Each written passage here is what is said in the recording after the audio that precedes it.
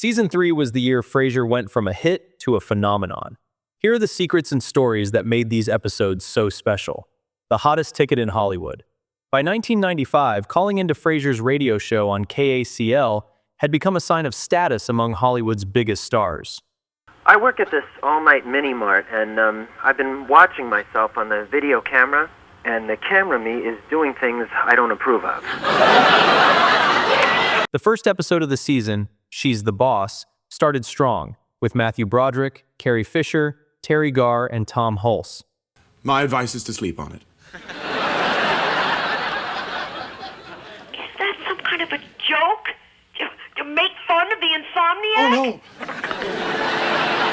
no. As the season went on, the guest list grew to include everyone from Olympic athletes to movie stars like Ray Liotta and Jodie Foster.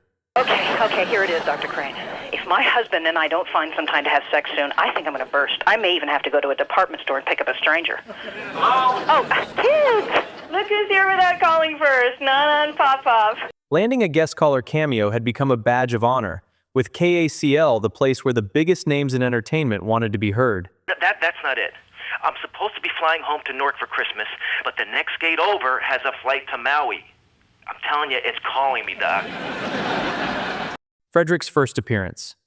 Frasier's son Frederick had been a recurring presence on Cheers, played by twins Christopher and Kevin Graves. Afternoon, all. Hey, it's Dr. Crane, Dr. Stern and Crane, and little Frederick Crane, Stern and Crane. But it was in Season 3's Christmas episode, Frasier Grinch, that the audience got to meet him properly for the first time. Hey, you better get to sleep or Santa won't come. Okay. I know just what Santa's bringing me this year, Dad. I'll bet you don't. The role was played, very briefly, by a young actor named Luke Tarsitano. Trevor Einhorn would take over from Season 4 onwards and play him for the rest of the original run, but Tarsitano had the honor of being the first Freddy on Frasier. Good night, Frederick. I'm going to go home and go to bed, too. I hope Amaris comes out of her coma. And as we all know, a new actor took over again for the 2023 reboot. A British actor this time, Jack Cutmore Scott. So you're being responsible, cutting your losses, and trying again next year. I'm kidding. Of course, please tell me your stupid plan. Having Frederick at their disposal gave the team a new tool, and they'd return to it again and again across the next 8 seasons. The Oscar-winning boss. Bringing in Mercedes Ruehl as new KACL station manager Kate Costas was a feather in the cap for the series. You intractable despot! Blowhard! Tyrant! Ass! True! By 1995, Ruehl had already won the Academy Award for Best Supporting Actress for The Fisher King, the Tony for Lost in Yonkers, and a Golden Globe to match. And she signed on for a 5-episode arc as the show's first new station boss. I would have you fight back. He takes pot shots at you, you come back at him in your droll Ivy League, look at me, I've got a thesaurus kind of way. It'll be funny. Funny! It was a sign that Frasier had become a place where serious dramatic talent wanted to play. Before Kate Costas, Frasier had never built a multi-episode story arc around a single guest character. Shameless. Oh, he's beyond shameless. I'm talking about the way you managed to get Harvard into every conversation. Well, I'm sure you'll mention your alma mater too someday when it's accredited. Sure, characters like Bibi and Lilith had recurred, but Kate was different. Her combative energy turned to chemistry, the chemistry turned to passion, and the passion turned to a bittersweet farewell at the airport. It's a pity, though. Isn't it? The Police Story Vault. The episode Police Story, featuring Jane Kaczmarek as Maureen Cutler, holds the record for the longest gap between filming and airing in the show's history. I love your show. I listen to it all the time. Oh, well, thank you. Thank you very much. It's always a pleasure. License and registration, please. While the production machine usually moved at a brisk pace, Police Story was recorded late summer 1995 and then spent 8 months locked up in Paramount's vaults before finally airing in April 1996. Come on, 62 in a 40-mile zone with a half-naked girl in your back seat? Ross. Oh. It wasn't because the episode was a dud, rather they were just waiting for the perfect narrative moment to unleash it. And if you're enjoying the video, why not unleash a like? The real-life fixer. In a word to the wise guy, the 15th episode of the season, Niles hires a fixer by the name of Jerome Belasco to help with his legal troubles. In brief, things are hot, hot, hot, and we believe that you are the man to turn on the air conditioning. The character is more than just a standard tough guy. Jerome is actually based on a real person named Sidney Korshak, who was one of the most powerful and feared fixers in Hollywood. Let's see. You're some sort of a doctor. An osteopath, perhaps? No. Well, that's odd. I can see you hovering over people with broken bones. Korshak was a lawyer who served as the secret link between major movie studios and the Chicago mob for decades. He died on January 20th, 1996, exactly 1 month before this episode aired. The Leap Day Glitch. In the episode Look Before You Leap, Frasier expresses delight about the beautiful weather, saying it's 80 degrees in the middle of February. Dad, you should feel this. It's 80 degrees outside. It's the middle of February. Oh, it is beautiful. It's a classic Frasier riff, but it creates a bit of a continuity snag. Just a few moments later, the show mentions that the date is February 29th. No, don't you get it? It's February 29th. It's a leap year. Right. So he only gets a birthday every 4 years. I get it, Dad. It's really 64. I can do the math. Unless Frasier considers the final day of the month to be the middle, it's an uncharacteristic writing oversight. The Cheers reconciliation. The show where Diane comes back was created in part as a way for Kelsey Grammer and Shelley Long to fix their real-life relationship.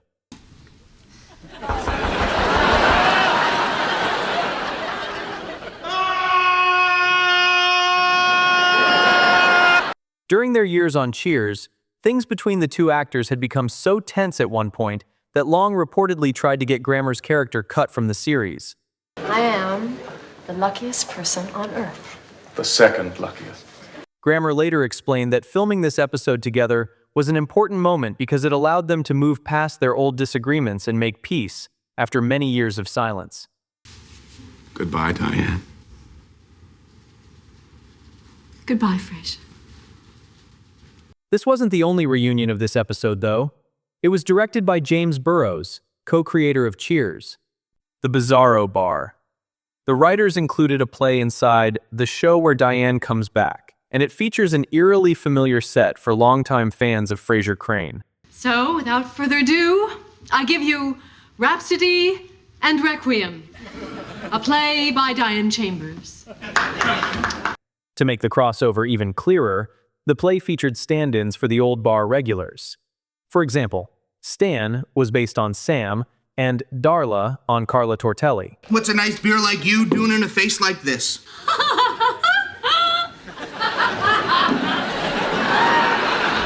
This gave fans a warm dose of nostalgia, and it gave Frasier the creeps. Salutations, all. The final nod to the past. Sticking with this episode, at the end of it, there's an Easter egg that honors Kelsey Grammer's decade-long Cheers stint. Hello, Sam. I'm Dr. Frasier Crane. As he's leaving, he tries to walk out through the door that would have led to the back of the bar on the old set, rather than using the actual stage exit. Force a habit. This was a meta joke that showed how deeply ingrained those old movements were after spending 10 years on the original set. The Newsstand Inferno. Filming the fire at Manu's newsstand was easily one of the most technical and high-stakes moments in the show's history. Some people might consider it smoking, but you see, for me, a perfectionist. Fire! Fire! Oh, what happened? Oh, my God! It's one thing to film a controlled burn on a closed set, but doing it in front of a live studio audience adds a layer of danger. Of course, it's not Frasier's only memorable use of fire. In the Hall of Fame Valentine's Day episode, Niles accidentally torches Frasier's couch.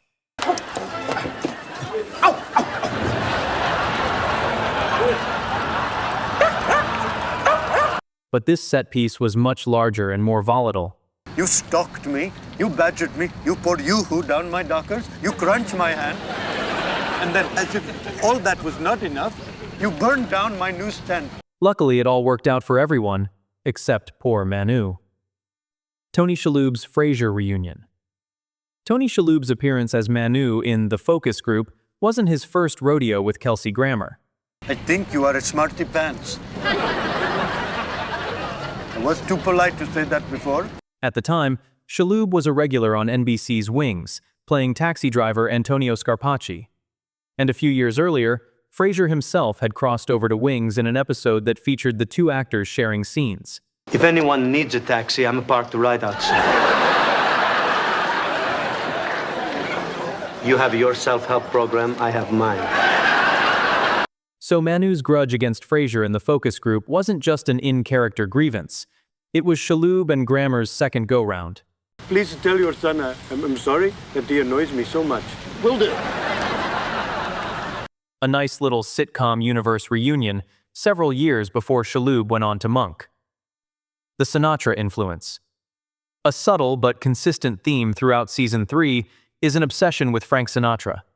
There's this from Word to the Wise Guy. Here's our first Sinatra concert.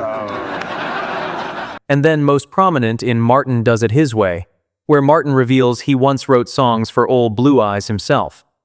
It's just some songs I wrote for Frank Sinatra. And it keeps them in a shoebox. I think your work here is done. The joke builds to an emotional payoff when Frasier, struggling to deliver a heartfelt eulogy for Great Aunt Louise, allows Martin's song to serve as the memorial's closing tribute.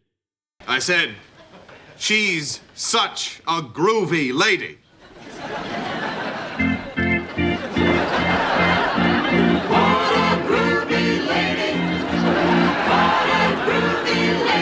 The Sinatra influence even extends to the episode titles, with Come Lie With Me, a clear play on his classic hit, Come Fly With Me. The top tier of NBC. Season 3 cemented Frasier as one of the biggest shows on television. You know, what you just said made a lot of sense. You're going to get closure. No, that business is about my success.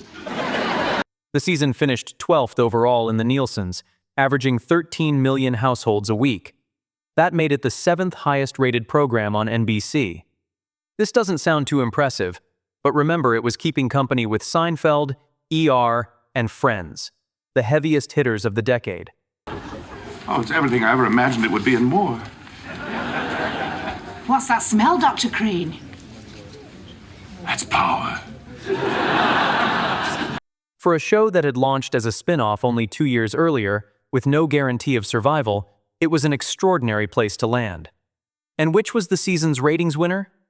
That accolade goes to Martin Does It His Way. It's just some songs I wrote for Frank Sinatra. The episode pulled in 25.9 million viewers, and there was no high-concept stunt like a Cheers reunion to prompt this. Just Martin having his moment. Oh, yeah.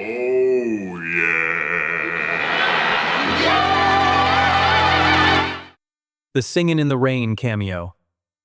In Crane vs. Crane, the Cranes go head-to-head in court over the mental fitness of an eccentric Seattle millionaire, played by a Hollywood legend. That was Donald O'Connor as Harlow Safford. Yes, the same Donald O'Connor who'd performed Make 'Em Laugh alongside Gene Kelly in Singin' in the Rain over 40 years earlier. I'm 78. Someday I'll be too old to jump off a moving train.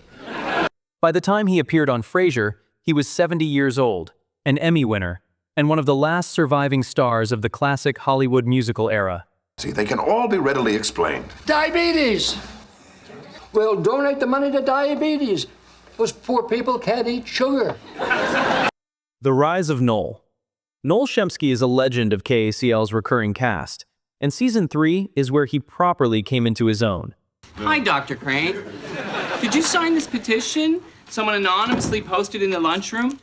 Patrick Kerr had appeared once before back in Season 1. Pick you up outside in 5 minutes? Great. Thanks, Noel. Noel the mole? Then in Season 2, he was not used at all. But it was in Season 3's Sleeping with the Enemy that the team handed him his first iconic line, with Noel volunteering himself for KACL's contract negotiations on the basis of a single talent. I can faint at will. Check it out. From that moment on, Noel, Trekkie, Klingon enthusiast, eternal Roz suitor, became a permanent fixture in the KACL hallways. Oh, what are you gonna do, huh? Okay, guys, let's keep our dialoguing constructive, okay? Daphne's first real boyfriend. For almost 3 full seasons, Daphne's love life had been an afterthought. Season 3 changed that. Just give me a minute. I'll get rid of them. Where's my underwear? Eddie, get back here! Tony Carrero joined the show as Joe DiCarlo, the contractor hired to fix Frasier's floor in Come Lie With Me. Can anyone think of anything to make this moment a bit more awkward than it already is?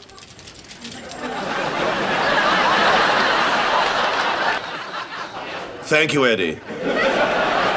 Their relationship turned into Daphne's first proper romance, and, just as importantly, the spark that lit the fuse on Niles' jealousy arc. Take my word for it. You're sticking a fork in the toaster here. Well, my muffin's stuck. The Moon Dance. The centerpiece of episode 13 was Niles and Daphne's show-stopping tango, which demanded an intense rehearsal schedule for David Hyde Pierce and Jane Leeves. Because tonight, we have the tango. Oh, Mama, I've got it on! The actors spent hours practicing the dance and their lines at the same time to make sure they stayed perfectly in sync. A big challenge was that the music hadn't been recorded yet while they were filming, meaning they had to memorize a specific rhythm in their heads so that their movements would match the music once it was added later.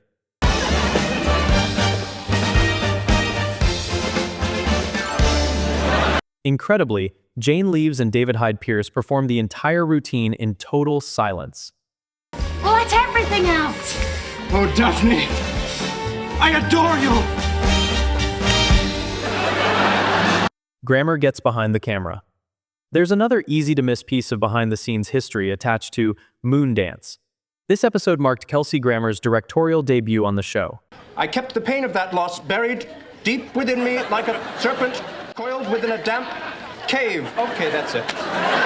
Frasier only appears in 2 short scenes, freeing him up to focus on directing. Taxi's waiting outside to take me to the airport. Oh, well, have a great time. It was the first of 36 episodes he'd go on to direct over the rest of the series, second only to series co-creator David Lee. The return of Griffin Dunn. Griffin Dunn is the actor who voiced Frasier's very first radio caller in the pilot. Well, I've been feeling sort of, depressed lately. My life's not going anywhere. In The Friend, he returns, but this time he appeared on camera as a character named Bob. You know, Bob, about that dinner, how about Tex-Mex, huh? His character was a barbecue freak, whom Frasier tried to befriend, only to realize they had nothing in common. I think about all the gifts I gave you, all the barbecue sauce, hot and spicy Tex-Mex. While Frasier was renowned for recasting old Cheers actors in new roles, there are far fewer examples of Frasier's radio callers graduating to a walk-on role. Mesquite, teriyaki, honey mustard. Oh, for God's sake, Bob, put a sock in it! The 6-caller sprint. The episode High Crane Drifter holds an impressive record for the series. It featured the most guest callers ever packed into a single segment. So I snuck into his backyard and shoved a whole pound of rotten shrimp into his air conditioner. Come on, summer. Usually, we only get 1 or 2 famous voices per episode, but this time we got 6 stars crammed into a rapid-fire sequence.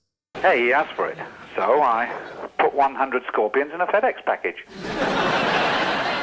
The revolving door of talent saw Joan Allen, Billy Barty, Eric Idle, Jerry Orbach, Jane Pauley, and even Olympic skater Katarina Witt passing through. Setting someone's lawn on fire! But she doesn't curb her dog.